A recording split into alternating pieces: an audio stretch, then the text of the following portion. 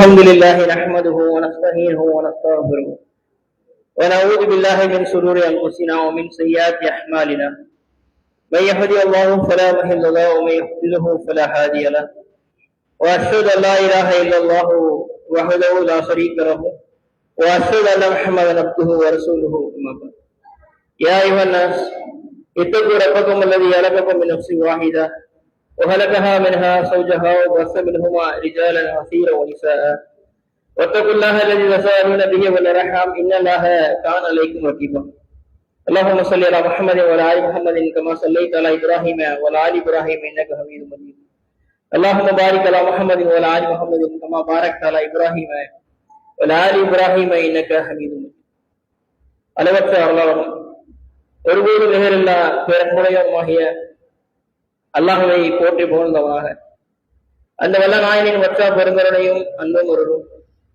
நம் உயிரிலும் மேலாக மதிக்கக்கூடிய நபிகள் நாயகம் ஸல்லல்லாஹு அலைஹி வஸல்லம் அன்னவர்கள் மீதும் அவர்களின் குடும்பத்தார்கள் மீதும் அவர்களின் வாழ்க்கையை அப்படியே பின்பற்றி வாழ்ந்து மரணித்த சத்திய சஹாபாக்கள் சஹாபிய பெண்மணிகள் மீதும் இந்த உலகிலே வாழ்ந்து கொண்டிருக்கின்ற அனைத்து முஃமின்களின் மீதும் இங்கே அமர்ந்திருக்கும் நம் அனைவரின் மீதும் என்றென்றும் லோட்டமாக என்று பிரார்த்தித்தவனாக இந்த உரையை ஆரம்பம் செய்கின்றோம்.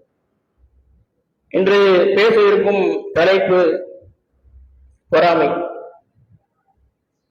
இந்த உலகில் மனிதனிடத்தில் எந்த பண்புகள் இல்லையோ இல்லாமல் கூட இருக்கலாம். ஆனா இந்த பொறாமை என்ன செய்யும்? எல்லோரிடத்திலும் விதிவிலக்கு இல்லாத அளவிற்கு என்ன செய்யும்? இந்த பொறாமையுடைய குணம் முழுவதுமாக இருக்கும். எந்த அளவுக்கு அப்படின்னா தன்னுடைய வாழ்க்கையில் தான் கடந்து செல்கின்ற ஒவ்வொரு இடத்திலும் பொறாமை குணத்தோடு கடந்து செல்வதை நாம் பார்க்க முடியும்.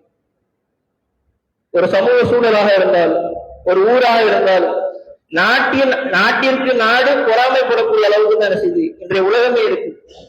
மனிதன் தன்னை விட ஒருவரை தன்னுடைய தரத்திலிருந்து உயர்ந்தாலோ தன் நிலையிலிருந்து மேன்மைப்பட்டாலோ ஏற்றுக்கொள்ளக்கூடிய மனப்பக்குவத்தில் இருக்கிறாரா என்றால் அங்கே அவருடைய பொறாமைதான் மிக மிஞ்சியதாக இருக்கும். ஒரு சகோதரனும் இன்னொரு சகோதரனும் ஒரே நிலையிலிருந்து அவருடைய வாழ்க்கை மேம்பட்டு விட்டால் அந்த இடத்தில் என்ன செய்து பொறாமைகளும் வந்து விடுகிறது. இப்ப எல்லா நிலைகளிலும் ஒரு நாட்டிலிருந்து இன்னொரு நாட்டுடைய வளங்களில் கூட என்ன செய்து நாம் தான் மேன்மைப்பட்டவர்களாக இறுதி வரை இருக்கணும். ஏன் என்னுடைய தரம் மட்டும் தான் மேல இருக்கும், யார் என்ன செய்யக்கூடாது, இடத்துக்கு வந்துடக்கூடாது. அதை அடைவதற்காக பிறரை தாழ்த்தி கூட பிறரை வீழ்த்தி கூட என்ன செய்வேன், அந்த இடத்தை தக்க வைத்துக் கொள்வேன். எனக்கு ஈக்குவலா வந்துட்டியா, நான் உடனே எவ்வளவு உன்னை அழித்து உங்களுடைய இடத்தை எடுத்துக்கிடுவேன். இந்த நிலை நாட்டுக்கு மட்டும் இல்ல, சக மனிதனுக்கு கூட இருக்கு. ஒரு மனிதனுக்கு வழங்கப்படக்கூடிய ஒரு உதவியில கூட என்ன செய்யப்படுது, இந்த பொறாமை குணம் ஏற்படும். இன்றைய சூழல்ல தாழ்த்தப்பட்ட அல்லது பிற்படுத்தப்பட்ட ஒடுக்கப்பட்ட மக்களுக்கு கொடுக்கப்படுகின்ற உதவிகளை கூட அவர்கள் மேன்மைப்பட்டவர்களாக வர வேண்டும் என்ற ஒரே காரணத்திற்காக செய்யப்படக்கூடிய உதவிகளில் கூட அவர்கள் மேலே வருகிறார்கள் என்ற ஒரே காரணத்திற்காக அடிக்கப்படுகிறார்கள், கொலை செய்யப்படுகிறார்கள். இதையெல்லாம் காரணம் பின்புறம் பார்த்த பொறாமைதான் இருக்கும். என்ன இவன் எப்படி நமக்கு ஈக்குவலா வரலாம், இவனை யார் ஈக்குவலா வர சொல்லுங்க, யாருக்கு அனுமதி கொடுத்தது? இத்தனை ஆண்டு காலமாக நாம் என்ன செஞ்சிருந்தோம், அடிமைப்படுத்தி வைத்திருந்தோம். இவன் நமக்கு ஈக்குவலா கொண்டே வராத அளவுக்கு நம்ம நினைச்சிடும், நமக்கு கீழே தான் வச்சிருந்தோம். ஒரு காலத்தில் நமக்கு சரிசமமா வரக்கூடிய இடத்துக்கு வந்தவன் இன்று நம்மை விட மேன்மைப்பட்டவனாக ஆகிறானே. தன்னால் அதை ஏற்றுக்கொள்ள முடியாத மனப்பக்குவத்திற்கு வரும்போது கொலைகள் கூட நடப்பதை நம்ம செய்ய முடியும், செய்தித்தாள் வழியாக பார்க்க முடியும். ஒரு வியாபாரம் எடுத்துக்கொண்டாலும் சொல்றார், வியாபாரத்தில் போட்டிகள் நிச்சயமாக இருக்கும். ஒருவர் நிச்சயமாக வெற்றி பெறக்கூடியவராக இருப்பார், ஒருவர் தோல்வியை சந்திக்கக்கூடியவராக இருப்பார். அந்த இடத்தில் கூட எப்படி வெற்றி பெறலாம், என்னை விட இவன் வெற்றி பெறுவதற்கு என்ன தகுதி இருக்கிறது, நான் இவனை வீழ்த்தியே தீர்வன் என்று பொறாமையின் உச்சத்திற்கு செல்லக்கூடியதை நாம் பார்க்க முடியும். ஊரில் நற்பெயருடன் இருக்கிற ஒருவர் அந்த நற்பெயரை வேறு ஒருவர் பெறக்கூடிய நிலை வந்து விட்டால் என்ன செய்யறாங்க, எப்படி என்னுடைய இடத்தை அடையலாம், இவ்வளவு நாள கட்டி காத்து வைத்திருந்த அந்த பாரம்பரியத்தை, அந்த உரிமையை, அந்த பெருமையை எப்படியும் அடையலாம், இவன் அடைவதற்கான காரணங்கள் என்னென்னவாக இருந்தது, அதை அவரிடம் நான் பறித்தே தீருவேன், எனக்கு திரும்ப அந்த இடம் வந்தே ஆகும், அந்த நிலையை திரும்ப அடைந்தே ஆக வேண்டும் என்ற ஒற்றை குறிக்கோள், அந்த ஒற்றை பொறாமை குணத்தோடு என்ன செய்து ஒவ்வொருடைய வாழ்க்கையுமே இருக்கு. யாருமே இருக்கக்கூடாது, சரிசமமாகவும் வந்து விடக்கூடாது, சரிசமத்துக்கு மேலேயும் பெறக்கூடாது. நீ எங்கெங்க இருந்தியோ அங்கங்க இருந்துக்கணும், அதுதான் உனக்கு நல்லது எனக்கு நல்லது என்று சொல்லக்கூடிய வெளிப்படையாக பேசக்கூடியதை கூட நம்ம செய்ய முடியும். பார்க்க முடியும். அந்த அளவிற்கு இந்த பொறாமை குணம் எல்லோரிடத்திலும் இருக்கு. நாம நம்முடைய பொறாமை குணத்தை நம்ம சொல்லலாம் சோதிச்சு பார்த்துக்கலாம். நமக்கு வழங்கக்கூடிய பொருளாதாரம், நமக்கு வழங்கப்படக்கூடிய அருட்கொடைகளை நாம் ஏற்றுக்கொள்கிறோம். அதே பிறருக்கு வழங்கப்பட்டால், பிறகு நம்மை விட 1% கூட வழங்கப்பட்டால் கூட ஏற்றுக்க முடியாது. எனக்கு நான் இவ்வளவு முயற்சி செய்து இவ்வளவு உழைப்பை போட்டு இந்த நிலையை அடைந்த எனக்கு இப்பதான் வந்தா எனக்கு மேல வந்துட்டானே, இந்த எண்ணம் எல்லா இடத்திலும் இருக்கு. எல்லாருக்கும் அல்ல ஒரே மாதிரி அன்பை வழங்கிடுவோம், யாருக்கு அதிகமாக வழங்கி விடவே கூடாது அப்படின்ற எண்ணத்தோடு நம்ம என்ன செய்வோம், வாழ்க்கையை வாழ்ந்துட்டு இருக்கோம். எந்த இடத்துல என்ன செய்யக்கூடாது, கொஞ்சம் கூட அதிகமாக வழங்கி விடக் கூடாது என்ற எண்ணம் தான் இருக்கு. இந்த எண்ணத்தோடு நம்ம இருக்கணும். நம்ம என்னென்ன செய்வோம், கண்டிப்பாக இன்று நடக்கக்கூடிய சூழ்நிலைகளை போட்டுதான் இருக்கும். கொலை செய்யக்கூடிய அளவிற்கு நம்ம நினைச்சுக்கிறோம், போய்விடுவோம். இது பொருளாதார தடைகளுக்காக மக்கள் என்ன செய்யறாங்க, என்னென்ன தவறான வழிகள் இருக்கிறதோ, என்னென்ன தவறான வழிகள் எல்லாம் உலகத்தில் இருக்கிறதோ அவை எல்லாவற்றையும் பரிசோதிக்கக்கூடிய அளவுக்கு இருக்கிறாங்க. வேலை செஞ்சு பார்க்கிறோம், என்னாலும் பிரச்சனை இல்லை, அவருடைய எனக்கு அடைஞ்ச தீர்வு என்ன செய்யறாங்க, பொருளாதாரத்தை வாரி இறைத்து ஒன்றுமே இல்லாதவர்களாக இறுதியில் அவருடைய எப்படி ஆகுது, போட்டி பொறாமையின் உச்சத்திற்கு சென்று தூக்கி வீசப்பட்டவர்களாக அவன் பார்க்கிறோம். பார்க்கிறோமா இல்லையா? பணத்தை கொண்டு அந்த நிலையை அடைய முயற்சி செய்கின்ற அனைவருமே என்ன செய்றாங்க, ஒரு காலகட்டத்திற்கு பிறகு தோல்வியோடு இந்த வாழ்க்கையை முடித்துக் கொள்ளக்கூடியவர்கள் வாழல. அந்த இடத்தை விட்டு நம்ம கீழே வந்துட்டோம், இன்னும் கீழே வந்துட்டோம், நாம் வாழ்வதற்கு தகுதியற்றவர்கள் என்ற முடிவை அவன் எடுத்துக்கிறான். நாம ஒரு முயற்சி எடுத்தோம், அவனை விட வென்று காட்ட வேண்டும், அவனை மேற்பட்ட நிலையை அடைந்து விட வேண்டும் என்ற எண்ணத்தோடு போயிட்டோம். இறுதி நம்ம தோத்துட்டோம், நம்ம இருக்கிற வாழ்க்கை இல்ல. அவன் முன்னாடி நம்ம தலை முடிஞ்சு வாழ முடியாது, அவன் முன்னாடி நம்ம செய்யாது சரிசமமான நிலையை வாழ முடியாது என்ற எண்ணத்தோடு மரணத்தை கூட ஏற்கக்கூடிய பொறாமை குணத்தை கொண்டவர்களாக இருக்கிறாங்க. இன்று சமமா அந்த மக்கள் எல்லா மக்களுமே அந்த என்ன செய்யுது முழுமையாக வந்துடும். இத்தனை காரணங்கள் என்ன, ஏன் இந்த பொறாமை முழுமையாக இருக்கு, ஏற்றுக்கொள்ளக்கூடிய மனப்பக்குவம் இல்லை. அல்லாஹ் நமக்கு வழங்கியதிலிருந்து நாம் நம்முடைய வாழ்வை அமைத்துக் கொண்டோமே ஆனால், அதை நாம் பொருந்தி கொண்டோமே ஆனால் நமக்கு என்ன செய்யாது, இந்த பொறாமை குணமே வராது. பொறாமை குணத்துக்கான தேவையுமே இருக்காது. பல்லாவதுக்கு சொல்லும் பொழுது பொறாமை பெருமை ரெண்டே விஷயத்துக்கு மட்டும்தான். பொறாமை பெருமைக்கு கூட ஒரு விதியை வைத்திருக்கிறார்கள். என்ன காரணத்துக்காக பொறாமை பெறுவோம், நாம் எதுக்காக பொறாமை பெறுவோம், உலகத்தில் இருக்க எல்லா விஷயத்தின் மீது பொறாமை பெற்றுக் கொண்டிருக்கிறோம். அது அல்லாஹ்வுக்கு சொல்லும் பொழுது ரெண்டே விஷயத்துல பொறாமைப்பட்டுக்கோங்க. முதல் விஷயம், ஒருவருக்கு வழங்கப்பட்ட செல்வம், அந்த செல்வத்திலிருந்து அவர் செய்கின்ற தான தர்மங்களை பார்த்து பொறாமைப்படுங்க. எப்படி, நான் எனக்கு அல்லாஹ் இதே போன்ற ஒரு பொருளாதாரத்தை, இதே போன்ற ஒரு செல்வத்தை வழங்கி இருந்தால் நானும் இதே போன்ற தர்மத்தையும் தானங்களையும் வழங்கி நல்ல நிலையை அடைவேன், நல்ல மக்களுக்கு உதவி செய்யக்கூடியவனாக இருப்பேன் என்ற காரணத்திற்காக நீங்க பொறாமைப்படுங்க. நான் என்ன செய்வேன், எனக்கு கொடுக்கப்பட்ட பொருளாதாரத்தை உதவி செய்வேன், தர்மம் கொடுப்பேன், எல்லாரும் உணவு கொடுப்பேன், வாழ்க்கையை உதவி செய்யக்கூடிய கல்வியை வழங்கக்கூடியவராக இருப்பேன் என்ற எண்ணத்தோடு என்ன செய்வோம், அந்த பொறாமை இருக்க வேண்டும்.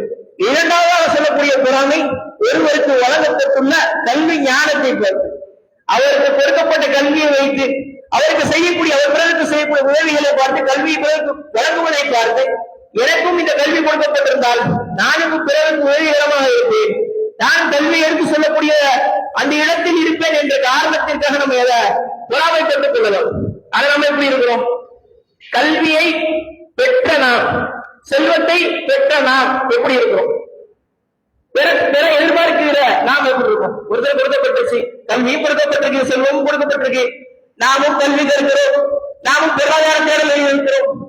நம்முடைய உள்ளங்கள் எப்படி அலைபோகிறது, நான் படித்ததை விட அவன் பிறகுதான் இருக்கிறான், நானும் அதைத்தான் எதிர்பார்க்கிறேன், என் வாழ்க்கையில நடக்க மாட்டேங்குது என்ற எண்ணத்தோடு தான் இருக்குது. செல்வத்தை கொடுத்துட்டான், என்றாவது ஒரு நாள் என்னைக்காவது உள்ளத்துல கொடுப்பது இறைவன் தானே, அல்லாஹ்தான் கொடுத்திருக்கிறான், அவன்கிட்ட தான் இது அனைத்தும் இருக்கிறது. நாம் அவன்கிட்ட கேட்போம், நம்முடைய பிரார்த்தனை அவனிடத்தில் வைப்போம். நிச்சயமாக அவன் இன்று கொடுக்காவிட்டாலும் நாளை நம்ம சிறந்த ஒன்றை தருவான் என்ற எண்ணத்தோடு எத்தனை பேர் நம்ம உள்ளத்துல அந்த பிரார்த்தனை வைத்திருப்போம். நம்முடைய பிரார்த்தனை இருக்குமா, பொறாமை பெற்று போல, இது கிடைச்சிருந்தா அல்லா இருந்திருக்கும், அது கிடைச்சிருந்தா அல்லா இருக்கும், அப்படி ஆயிருப்பேன் இப்படி ஆயிருக்கும் உள்ளத்துல இருக்குல்ல. அல்லாஹ் தந்திருந்தா அல்லா இருக்கும், அல்லாதான் இருக்குது. அல்லாதான் நம்ம எப்படி வச்சிருக்கான், அவரை மேன்மைப்பட்டதை வச்சிருக்கிறான், அவன்கிட்ட கேட்குவோம். அவரை உதவி செய்யக்கூடியவனா இருக்கிறான், அவன்கிட்ட கேட்குவோம். எத்தனை பேர் உள்ளத்துல தொழுகையிலேயே பிரார்த்தனையிலேயே ஏதாவது ஒரு இடத்துல அந்த எண்ணம் வந்துருக்கும். உலகத்தில் அனைத்து முயற்சிக்கான பாதையும் இருக்கிறது. எல்லா மோட்டிவேஷன் ஸ்டோரியில சொல்லக்கூடியது நீ முயற்சி ஜெயிச்சு வந்துருவ, முயற்சி ஜெயிச்சு வந்துருவ. நீ எவ்வளவு முயற்சி செய்தாலும், எவ்வளவு தொகையை பணத்தில் வாரி இறைத்தாலும், நீ என்ன நாடப்பட்டிருக்கிறோ அதை அடையும். நாம் எவ்வளவு முயற்சி எடுக்கலாம், கொடுக்கப்பட்டவர்களை பார்த்து நாம் என்ன செய்யறோம், பொறாமைப்படுறோம்.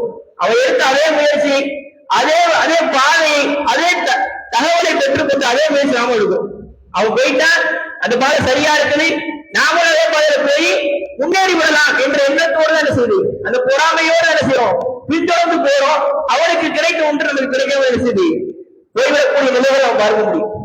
இப்படி இந்த பொறாமையோடு நம்ம இருந்தோம் அப்படின்னா நமக்கு என்ன செய்யும், நிச்சயமாக அது நம்மை நரகத்திற்கே கொண்டு செல்லக்கூடிய வழி ஏற்படும். அல்லாஹ் இப்லீஸை பார்த்து சொல்லக்கூடியதை நம்ம எல்லாருக்கும் தெரியுது. என்ன சொன்னா, நீ என்ன செய், ஆதமுக்கு பணிந்து விடு. ஒண்ணுமே சொல்லல. எல்லா மலக்குகளையும் பார்த்து அல்லாஹ் சொல்லும்போது நீங்கள் ஆதமுக்கு சிரம் பணியுங்கள் என்ற வார்த்தையை சொல்றான், வேற எதுவும் சொல்லவே இல்லை. அப்ப இப்லீஸோட உள்ளத்துல இருந்த என்ன என்ன களிமண்ணால் படைக்கப்பட்ட இவனுக்கு நாம் சுஜூது செய்வதா? நம்மை விட மேன்மைப்பட்டவனாக ஆகிவிட்டானா? நம் நெருப்பால் படைக்கப்பட்ட நாம் களிமண்ணால் படைக்கப்பட்ட இவனுக்கு நாம் எப்படி சுஜூது செய்ய முடியும்? அந்த அளவுக்கு மேன்மைப்பட்டவனா அல்லாஹ் ஆக்குறானே தான் நினைச்சான். அந்த எண்ணத்தை அப்படி அல்லாஹ்ட்ட கேட்கிறான். இறைவா, அவன் களிமண்ணால் படைக்கப்பட்டவர், நானும் நெருப்பால் படைக்கப்பட்டவர், நான் எப்படி அவருக்கு சுஜூது செய்ய முடியும், அவருக்கு நான் எப்படி சிறப்படைய முடியும் என்ற எண்ணம் தான் அவரை அங்கிருந்து தூக்கி எறிய வீசுவதற்கு காரணமாக அமைந்தது. அல்லாஹ் தானே படைச்சான், ஆதமையும் அல்லாஹ் தான் படைச்சான், இப்லீஸையும் அல்லாஹ் தான் படைச்சான். நெருப்பால் படைப்பதால் மேன்மைப்பட்டவனா அல்லாஹ் சொல்லவே இல்லை.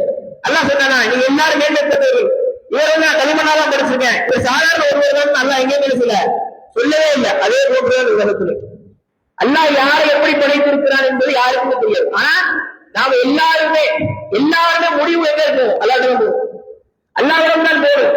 இது நம்ம எல்லாரையும் ஒரே சமமா நிலையில வச்சுக்கிறோம். எல்லாருக்கும் பொருளாதாரம் கொடுக்கப்பட்டிருச்சு, எல்லாரும் சரிசமமா நிலையில இருக்கும். யாரையாவது யாரும் மதிப்போமா? யாராவது யாரையும் தண்ணீர் செலுத்துவோமா? ஏண்டதாருக்கு போடா, நான் தான் வச்சிருக்கேன், உனக்கு அளவுக்கு நான் ஏற்றி தான் இருக்கு, நான் எவ்வளவு வேலை செய்யணும். எல்லோரும் எல்லா நிலையும் ஒரே மாதிரி யோசிக்கிறது அடைய முடியாது என்ற விதியை தான் எல்லாம் வச்சிருக்கான். ஒருவரை சார்ந்து ஒருவரை வைத்திருக்கக்கூடிய இலக்கான காரணமே அதுதான். நாம் எல்லாருமே ஒரே நிலை அடைஞ்சிட்டோம்னா அடுத்த இயக்கமே இருக்காத அளவுக்கு உலகம் இருக்கும். அந்த அளவுக்கு மனிதனுடைய எண்ணங்களை செஞ்சிடும், மாறி போய்விடக்கூடியதை நம்ம பார்க்க முடியும். எல்லா விஷயங்களுமே, இந்த எல்லா செயல்பாடுகளும் பொறாமைக்கான காரணத்திற்கு எல்லாவற்றிற்குமே நாம் எங்க போயிருக்கோம், முடிவு அல்லாஹ்ட்ட தான் போவோம். அல்லாஹ்வை சார்ந்து இருந்தால் மட்டும்தான் என்ன செய்ய முடியும், இந்த பொறாமையிலிருந்து விலக முடியும். இந்த பொறாமை எப்படி எல்லாம் உருவாகுது, நாம அதுக்கு காரணமா இருக்கிறோமா?